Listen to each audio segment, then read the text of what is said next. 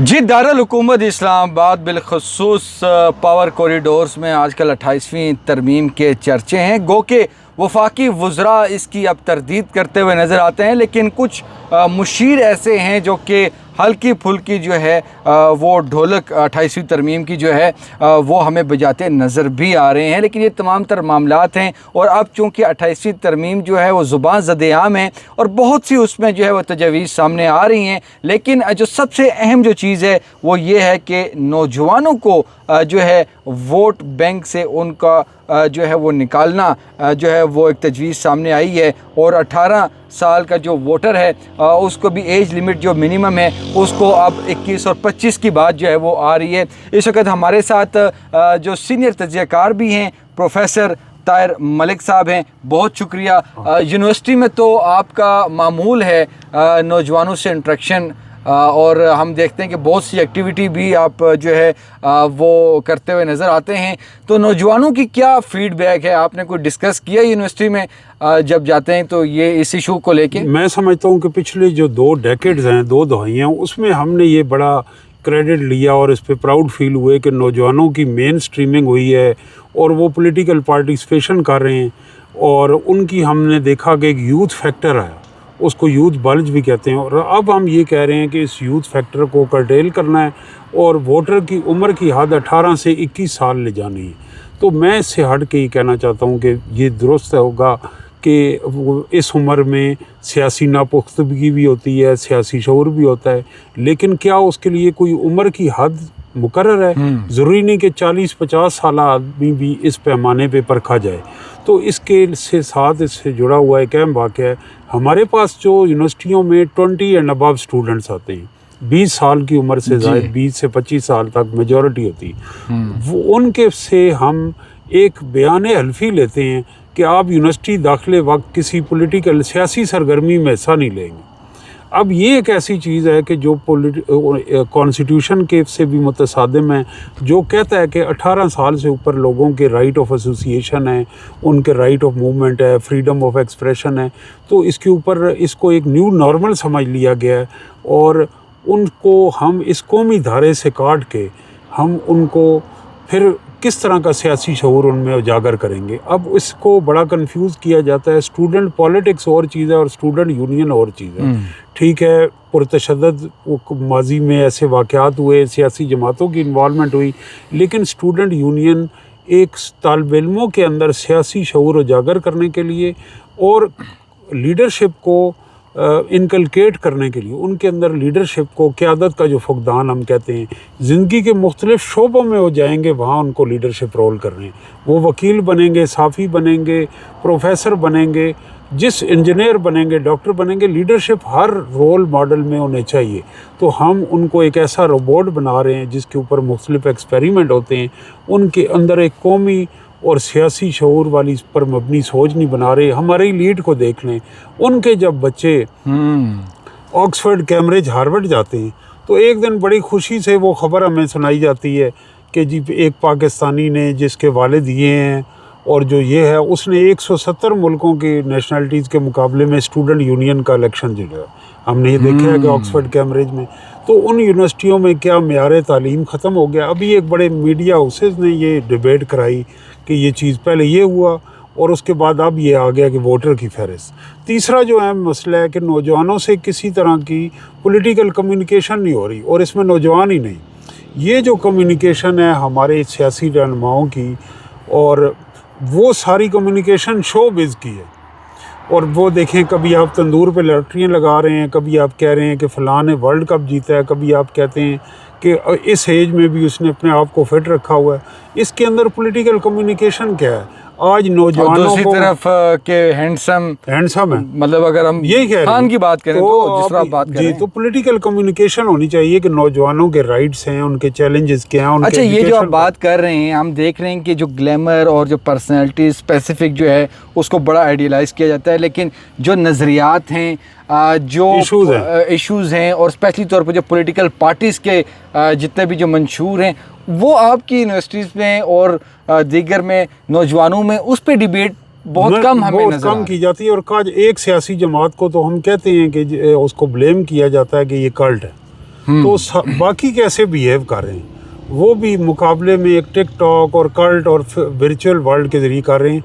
जो इस सोसाइटी के इश्यूज़ हैं उससे नज़रें चुराने का ये एक ज़रिया है कि लोगों को एक और ट्रक की बत्ती के पीछे लगा दो और उनकी एक फ़ैन फॉलोइंग क्रिएट करो, जहाँ के ऊपर कोई बात पर्सनैलिटीज़ पे हो, इश्यूज़ पे और स्टेट को जो चैलेंजेस हैं दरपेश हैं उन तक बात जाए ना। तो मुझे भी यही लग रहा है कि ये जो तजवीज़ आई है शायद कोई जो है ये मैं इस लिहाज से अच्छा समझता हूँ। मैं समझता हूँ कि अगर कोई तरमीम होने जा रही है तो आपको वो व्हाट्सएप पे लोगों को भेजने के बजाय उस पर सोसाइटी में डिबेट करवाएं।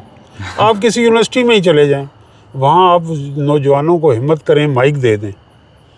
वहाँ तो माइक भी कंट्रोल होता है। हमारी किसी यूनिवर्सिटी में मकालमा नहीं हो रहा, मोनोलॉग है, और माइक रखा होता है वहाँ पीछे लोगों ने, वो जिसको इशारा करते हैं उसको माइक पहले से ही वो सारा उसका अरेंजमेंट होता है। तो सब माशरे में मकालमा, और ये आइन बन चुका है। आइन साज असम्बली ने बनाया 1970 के इलेक्शन में। उस वक्त बड़ी डिबेट हुई ईस्ट पाकिस्तान वेस्ट पाकिस्तान में, आइन कैसा होगा, सूबाई खुद मुख्तारी कैसा किस शक्ल में होगी, निज़ाम सियासी सदारती होगा, पार्लिमानी होगा, और लॉज के ऊपर और राइट्स के ऊपर पूरी डिबेट हुई। अब जब आइन बन गया एक सोशल कॉन्ट्रैक्ट, तो हम एक पुरस्रार तरीके से तमाम प्रोसेस को वायलेट करके ऐसी मीडिया में खबरें आती हैं और उनके ऊपर फिर वो उस तरह से डिबेट भी अच्छा, हम प्रोफेसर अब से ये बात 28वीं तरमीम की मैं करूँगा, लेकिन एक इसी से ही नौजवानों से और तालीम से, चूँकि आपका पेशा है, एक मैं जो है एक बात पूछना चाह रहा हूँ, वो भी ज़रा हमारे व्यूअर्स को बता दें कि ये जो अब हायर एजुकेशन के हवाले से एमफिल या पीएचडीज़ हैं, इसमें कोई नया क्राइटेरिया सेट हो गया? क्राइटेरिया वो थोड़ा सा ज़रा सेंट्रलाइज टेस्ट हुआ करेगा जो HEC लेगी, और वो टेस्ट जिस तरह PMDC जो मेडिकल यूनिवर्सिटीज़ के लिए। लेकिन ये यूनिवर्सिटियों की खुद मुख्तारी पे ये एक हमला है। हमला इस तरह है कि जिस यूनिवर्सिटी ने डिग्री देनी है, अवार्ड करना, जिसने PhD का इम्तहान लेना है, वो PhD के दाखिले का इम्तहान नहीं ले सकती। इसका मतलब है अगर आपको सिस्टम फ्लॉड है या उस पर तहफ़्फ़ुज़ात हैं तो फिर उन यूनिवर्सिटियों से डिग्री अवार्डिंग स्टेटस भी ले लेना चाहिए। दूसरा, यूनिवर्सिटी ऑटोनमी होती है, हर यूनिवर्सिटी की ऑटोनमी होती है, उसमें लॉज होते हैं, बाय लॉज होते हैं और नॉर्म्स होती, लेकिन उनको कोई सेंट्रलाइज बॉडी कंट्रोल नहीं करती। तो यहाँ एक चीज़ें रेगुलेशन के बजाय कंट्रोल की तरफ दिखाई देती हैं, जहाँ यूनिवर्सिटी की ऑटोनमी के ऊपर इंट्रूजन होती है। तो इस पर आप वज़ीर-ए-आज़म या सदर मुमलिकत से भी कोई बात का अपील करना चाहेंगे कि वो इस चीज़ का नोटिस लें और इसको जो है वापस होना चाहिए इस फैसले को? मैं उनसे कोई अपील नहीं करूंगा कि वो, क्योंकि तजर्बात हो रहे हैं। अब 22 पंजाब में 22 मई से आगे लंबी तरीन छुट्टियां दे दी गई, तो जिनसे अपील कर रहे हैं उनके बच्चे इस सिस्टम में ही नहीं, यानी जो आप नाम ले रहे हैं वज़ीर-ए-आज़म अहम शख्सियात हैं, गवर्नमेंट कॉलेज लाहौर से पढ़े। अब आगे उनके बच्चे गवर्नमेंट कॉलेज लाहौर से पढ़े होंगे, उनकी थर्ड जनरेशन नहीं पढ़। इस मुल्क की जो अपर मिडिल क्लास है उसका इस इम्तहानी निज़ाम में पब्लिक सेक्टर यूनिवर्सिटियों में कोई अमल दखल नहीं। वो यहाँ स्कूल लेवल पे, हाई स्कूल लेवल से ही वो बाहर के इम्तहानी सिस्टम निज़ाम जो होता है बरतानिया अमेरिका, वहाँ एंटर हो जाते हैं, और दरमियान में उनके पेपर शादी हॉल्स में होते हैं, एयर कंडीशन हॉल में होते हैं, और वो यहाँ डॉलर्स में फ़ीस करते हैं, स्कैन करके वो पेपर बाहर जाते हैं और फिर वो यहाँ से एक ट्रांजिट के तौर पे बाहर चले जाते हैं। तो ये सारे तजर्बात मेरे और आपके बच्चों पे होंगे, उनसे इसलिए अपील करने का फ़ायदा ही कोई। ये बताइएगा आखिर में कि 28वीं तरमीम के हवाले से सदर मुमलिकत आसिफ अली जरदारी को एक मरतबा फिर हदफ जो है वो हम देख रहे हैं कि सोशल मीडिया पर और बहुत से ऐसे जो है शख्सियात में नज़र आती है जो कि बाकायदा तौर पर जो है सदर जरदारी को टारगेट किए हुए हैं, और ये एक कैंपेन पहले भी चल चुकी है। तो आप क्या कहते हैं कि सदर जरदारी साहब जो हैं उनके हवाले से आप क्या कहते हैं? मतलब कि समझा जाता है कि मफामत के वो किंग कहलाए जाते हैं पाकिस्तान में, तो ये 28वीं तरमीम और ये तमाम तर मामला, मैं इस वजह से आपसे पूछ रहा हूँ कि 2.5 साल का फार्मूला हमने सुना था जब ये हुकूमत बन रही थी, और हमने ख़ुद इन कानून से सुना था, हमारे सामने बहुत आला शख्सियात बैठी थी जिन्होंने ये बात हमें बताई थी। लेकिन अब 2.5 साल को सिर्फ 3 माह रह गए, उससे पहले ही कोई इस तरह की बातें हैं, माने सदर में तब्दीलियां और दिस एंड दैट, इस पे आप कैसे इसको आप इसके 3 पहलू हैं। एक तो ये कि सदर मुमलिकत आसिफ अली जरदारी जो हैं वो इस हाइब्रिड निज़ाम में बहरहाल वो एक सियासी शख्सियत का काट के आदमी, मौलाना फजलुर रहमान सिस्टम में नहीं है, मियाँ नवाज शरीफ नहीं है, लेकिन आसिफ जरदारी हैं, वो माइनस नहीं हुआ। दूसरा, वो फेडरेशन की नुमाइंदगी करते हैं, उनका ताल्लुक सिंध से है और बलोच ट्राइब से भी है, और सिंध के जो नहरों वाला इशू है उसके ऊपर उन्होंने स्टैंड लिया। सूबाई खुद मुख्तारी पर अगर वो कोई चीज़ एक्सेप्ट करते हैं तो पीपल्स पार्टी की सिंध में सियासत ख़त्म हो जाएगी। दबाव है, दबाव का नतीजे में हमेशा उसके नताइज ताकतवर लोगों के हक़ में निकलते हैं। पीपल्स पार्टी मान भी जाती है, लेकिन उनके लिए बड़ा मुश्किल फ़ैसला है। जहाँ तक आपने मीडिया ट्रायल की बात की है, तो वो सदर मुमलिकत आसिफ अली जरदारी की से उनकी पुरानी मोहब्बत है।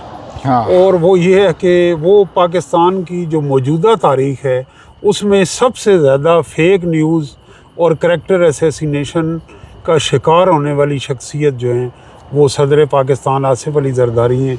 लेकिन ना वो किसी चीज़ का जवाब देते हैं और ना कोई तरदीद हासिल करते हैं, और तारीख मुस्कुराते हैं, और फिर वक्त भी मुस्कुराता है। ऐसा ही है, कि जो लोग ट्रायल करते हैं उन्हें मैंने देखा है, जब वोट टेकिंग हो रही थी तो एक बहुत बड़े मीडिया हाउस के ओनर थे, तो उनको इस वक्त एक मुशीर हैं प्राइम मिनिस्टर के, वो पिछले दरवाजे से लेके आए कुर्सियों से, उसी अखबार से वो वाबस्ता भी रहे थे, और बड़ी शर्मिंदगी में उन्होंने आसिफ अली जरदारी को तकरीबन घुटनों तक झुक के ओस टेकिंग मुबारकबाद दी।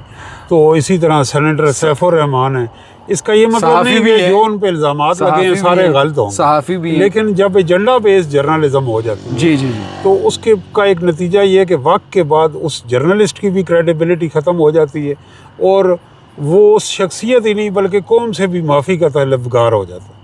तो ये तमाम तर मामलात थे, और बड़ी खूबसूरती से जो है सीनियर तजियाकार जो हैं ताहिर मलिक साहब ने तमाम तर इश्यूज़ पे बिलखसूस जो नौजवानों का जो मसला है उसको जो है उन्होंने हाईलाइट किया है, और इस बात पे ज़ोर दिया है कि जो हमारे नौजवान हैं उनको मज़ीद बाइख्तियार बनाने के लिए, सियासी शऊर देने के लिए जो है उस पर काम करने की ज़रूरत है, ना कि जो उम्र जो वोटर की जो उम्र की जो हद है उसको जो है ख़त्म करने के जो मामलात हैं। तो ये तमाम तर मामलात हैं। अगली मरतबा फिर हाज़िर होंगे एक नई स्टोरी के साथ, तब तक के लिए इजाज़त। अस्सलाम वालेकुम।